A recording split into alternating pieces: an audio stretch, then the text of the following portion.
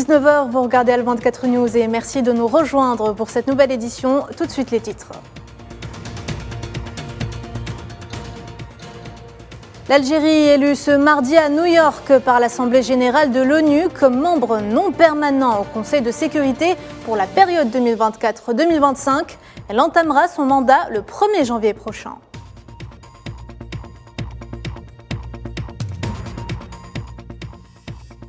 Et après cette élection, la présidence algérienne a réagi via un communiqué, la qualifiant de nouveau succès diplomatique et un retour sur la scène internationale.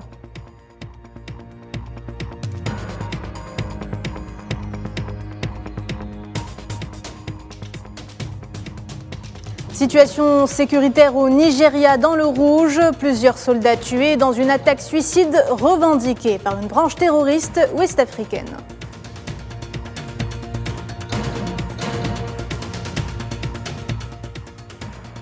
Et puis un nouveau seuil de violence a été franchi dans le conflit en Ukraine avec la destruction partielle du barrage de Karovka, mettant en péril la centrale nucléaire de Zaporizhzhia. Moscou accuse Kiev d'avoir commis cet acte terroriste afin de redéployer ses troupes. Bonsoir à tous. L'Algérie a officiellement obtenu un siège de membre non permanent au Conseil de sécurité des Nations Unies avec 184 voix. La Sierra Leone, la Corée du Sud, le Guyana et la Slovénie ont également été élus.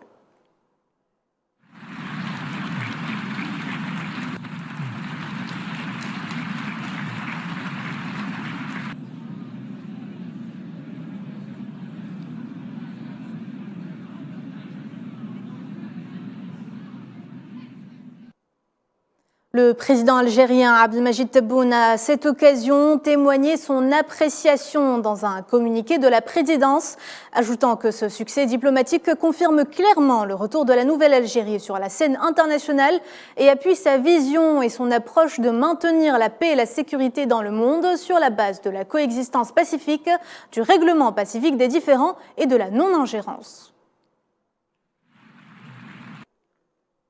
L'Algérie siégera donc à partir du 1er janvier 2024 au Conseil de sécurité des Nations Unies à New York. L'occasion pour le pays de défendre les intérêts stratégiques communs et de faire entendre la voix de l'Afrique et des États arabes au sein de l'instance onusienne. Sofiane Baroudi.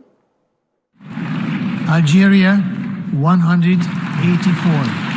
Pour la 4e fois de son histoire, l'Algérie est élue au Conseil de sécurité de l'Organisation des Nations Unies comme membre non permanent pour un mandat couvrant la période 2024-2025. La candidature algérienne a été soutenue par les pays de la Ligue arabe, de l'Union africaine ainsi que par ceux de l'Organisation de la Conférence islamique. Cette élection, concrétisée à une majorité très confortable, confirme le rang dont bénéficie l'Algérie dans le monde, où elle jouit d'un capital de confiance et de crédibilité quasi unanime de la communauté internationale. Ce grand succès diplomatique traduit également l'estime et le respect dont bénéficie l'État algérien, avec à sa tête le président de la République Abdelmadjid Tebboune, qui a multiplié les initiatives permettant le retour de l'Algérie à la place qui s'y est à son rang dans le concert des grandes nations. Cette élection est également une nouvelle consécration, couronnant l'action de la diplomatie algérienne et des efforts continus qu'elle déploie dans la promotion des principes de paix, de résolution pacifique et politique des conflits, ainsi que ceux de non-ingérence, mais aussi celle de la défense des valeurs de fraternité et de vivre ensemble. Alger, qui puise ses principes historiques de sa glorieuse révolution, a exprimé dans un communiqué de la présidence de la République l'horizon de son action à venir au Conseil de sécurité. Cette dernière devra se concentrer sur le développement de l'action multilatérale jalonnée par la concertation et le dialogue.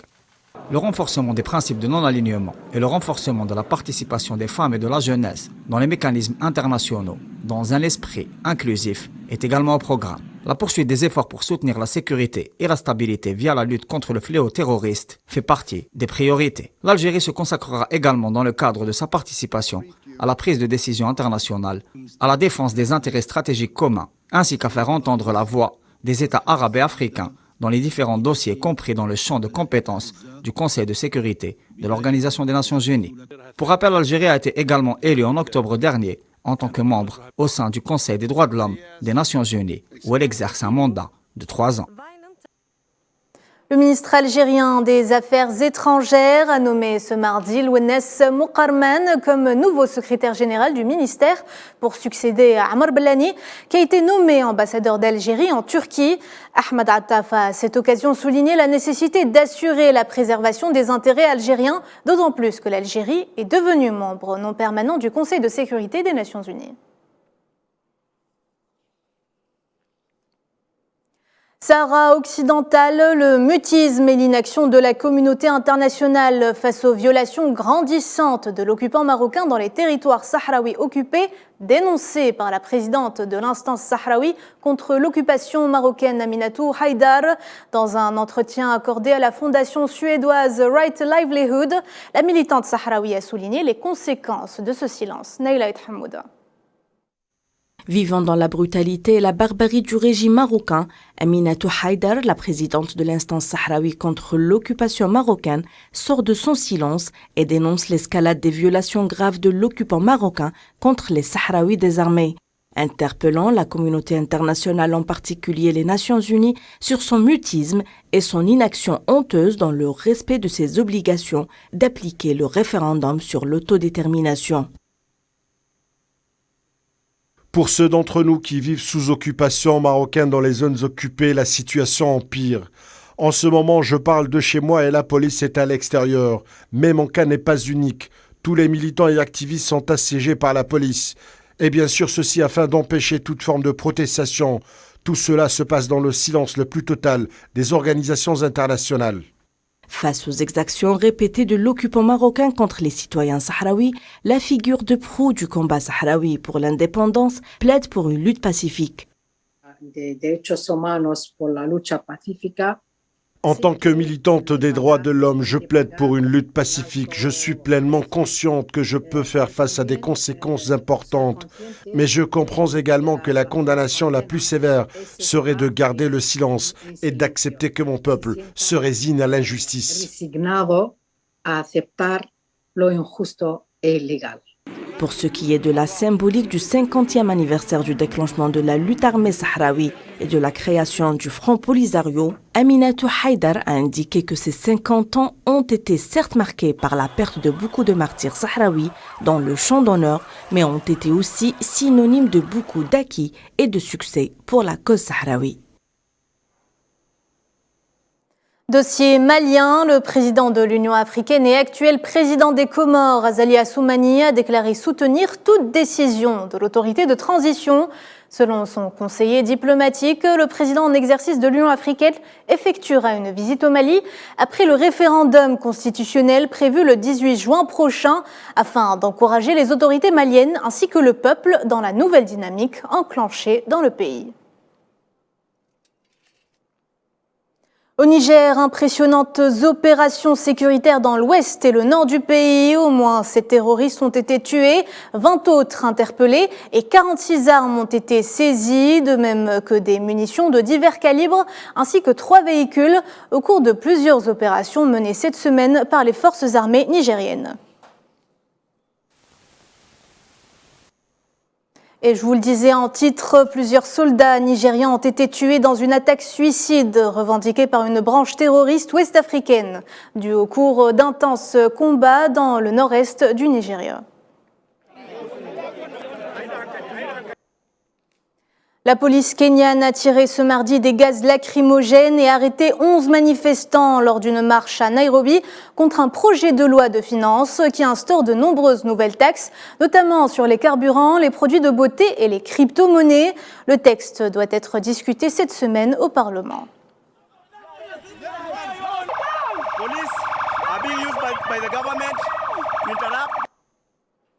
Nouvelle vague de violence en Palestine occupée. Un jeune Palestinien a été blessé par balles réelles et plusieurs autres ont été asphyxiés au gaz lacrymogène lors d'affrontements avec les forces sionistes dans le village de Nabi Salah au nord de Ramallah.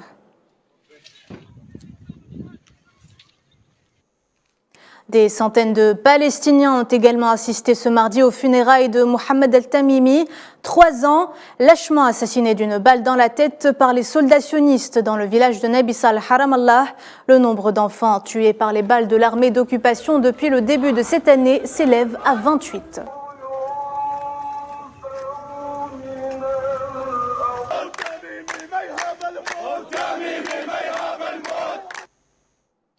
L'Iran a dévoilé ce mardi un missile balistique hypersonique d'une portée de 1400 km, baptisé Fattah.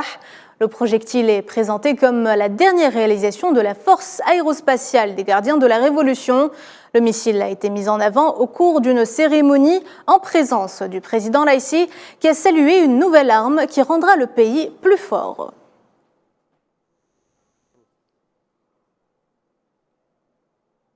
L'ambassade iranienne en Arabie Saoudite rouvre ses portes ce mardi, scellant le rapprochement entre les deux puissances rivales après plus de 7 ans de rupture. Pour rappel, depuis octobre 2017, c'est la Suisse qui représentait les intérêts iraniens en Arabie Saoudite ainsi que les intérêts saoudiens en Iran.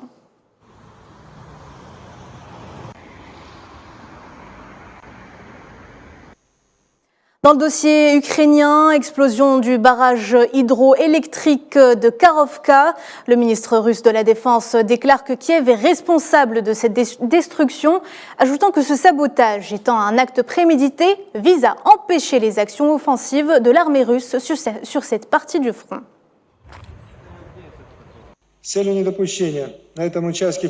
Visant à empêcher les opérations offensives de l'armée russe sur cette section de la ligne de front, le régime de Kiev a commis un acte de sabotage ou plutôt un acte terroriste. Il a conduit à l'inondation de territoires importants et aurait des conséquences environnementales désastreuses et durables. De plus, selon la date disponible, le déversement d'eau de la centrale hydroélectrique de Dnepropetrovsk a entraîné une inondation encore plus importante de territoire. Cela prouve que le régime de Kiev a commis un acte prémédité de sabotage à grande échelle.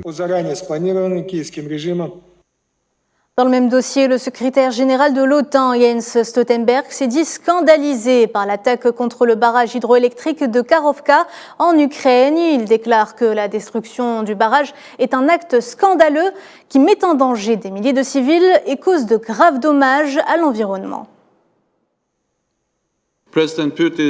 L'agression non provoquée du président Poutine contre l'Ukraine a changé notre environnement de sécurité à long terme. La Russie a brisé la paix en Europe. La destruction du barrage de Kakhovka aujourd'hui met en danger des milliers de civils et cause de graves dommages à l'environnement. C'est un acte scandaleux qui démontre une fois de plus la brutalité de la Russie alors que la guerre en Ukraine continue. De son côté, l'Agence internationale de l'énergie atomique a estimé ce mardi que la centrale nucléaire de Zaporijia n'était pas menacée dans l'immédiat après l'attaque du barrage de Kakhovka, dont l'eau est utilisée pour refroidir le combustible. L'AIEA appelle néanmoins l'Ukraine et la Russie à épargner le bassin de refroidissement, soulignant que rien ne doit être fait pour porter atteinte à son intégrité. On écoute.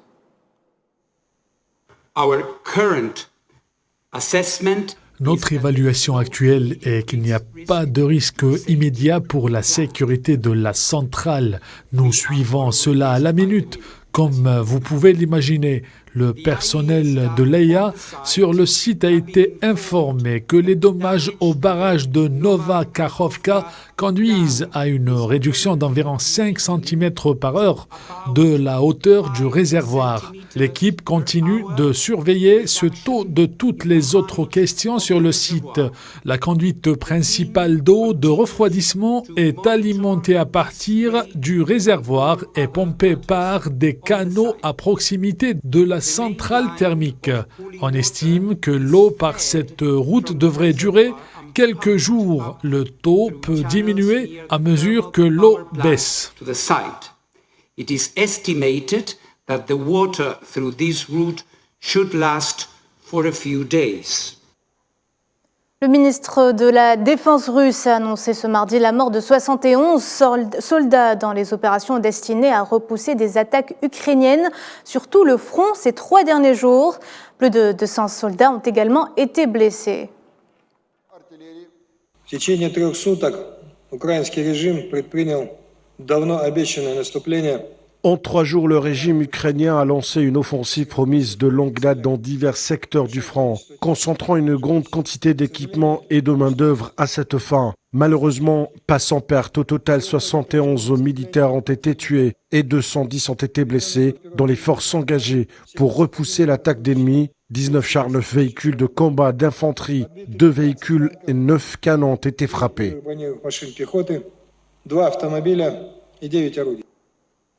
5 pays européens voisins de l'Ukraine pourront continuer à bloquer jusqu'au 15 septembre prochain la commercialisation de céréales ukrainiennes sur leur sol, une mesure jugée nécessaire selon la Commission européenne. Mohamed Wali Ben Chaban. L'Union européenne approuve la prolongation jusqu'au 15 septembre des restrictions imposées par 5 États sur l'importation de céréales ukrainiennes. Une décision prise en dépit de l'opposition de Kiev et des résistances d'une partie des 27, dont la France et l'Allemagne.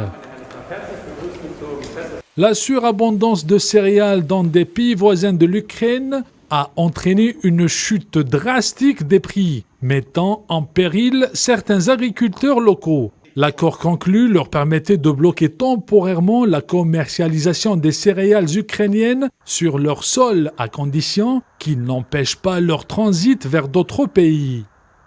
Les mesures prises restent aujourd'hui nécessaires pour une période limitée, compte tenu des circonstances exceptionnelles, de graves goulots d'étranglement logistique et de la capacité limitée de stockage de céréales avant la saison des récoltes dans les 5 États membres, insiste l'exécutif européen. À la suite de ces restrictions, le torchon brûle entre Kiev et Bruxelles. Cependant, Bruxelles affirme se tenir prête à réévaluer ces restrictions au cas où le transit de marchandises ukrainiennes serait entravé dans un ou plusieurs pays membres du vieux continent. Sport football, demain se jouera la finale de l'Europa Conference League à Prague. Le titre de l'AS Rome sera mis en jeu entre les Anglais du West Ham et les Italiens de la Fiorentina lors de cette deuxième édition de la compétition. Saïd Barrahma sera le premier Algérien à jouer la finale de cette Coupe européenne. Faisal Salah. Les yeux seront rivés mercredi 7 juin à l'Eden Arena de Prague afin de suivre la deuxième finale européenne de la saison. Et la deuxième finale de la compétition Europa Conference League, West Ham affrontera la Fiorentina pour la première fois de son histoire en compétition de l'UEFA. L'enjeu est grand, un titre majeur. La Viola a l'objectif de conserver le titre en Italie et succéder à l'AS Rome, vainqueur de la première édition, tandis que les Hammers chercheront le premier titre anglais de la compétition et renouer avec les titres.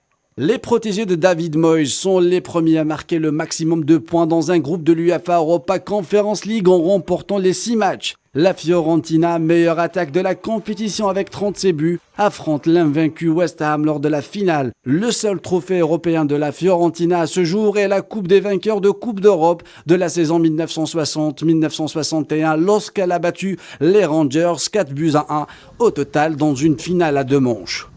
West Ham a remporté le même trophée 4 ans plus tard en battant 1860 Manchester 2-0 dans le match décisif à Wembley. West Ham n'a été battu que 2 fois lors de ses 14 derniers matchs européens à l'extérieur de Londres. Les Anglais se sont imposés face à l'AZ Alkmaar en demi-finale. La Fiorentina a eu besoin de la prolongation pour renverser le club suisse FC Bâle et se qualifier en finale.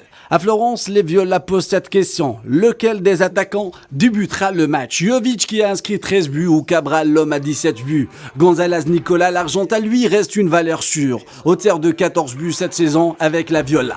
L'entraîneur Vincenzo Italiano doit faire le bon choix. Environ 3000 fans de Florence et 15 000 de Londres sont désormais sans billets dans la capitale République tchèque. Les fan zones d'entrée gratuite sont prêtes à accueillir les supporters des 2 équipes. La finale de l'Europa Conference League sera dirigée par un arbitre espagnol, Carlos Del Chiro Grande. Le numéro 22 de West Ham, Saïd Barrahma, est le premier Algérien à participer à une finale de l'Europa Conference League. L'Algérien est un vrai atout, le natif de Ain Tmouchent, inscrit 2 buts en 10 matchs en compétition européenne et il pourrait être le premier joueur arabe à gagner la compétition.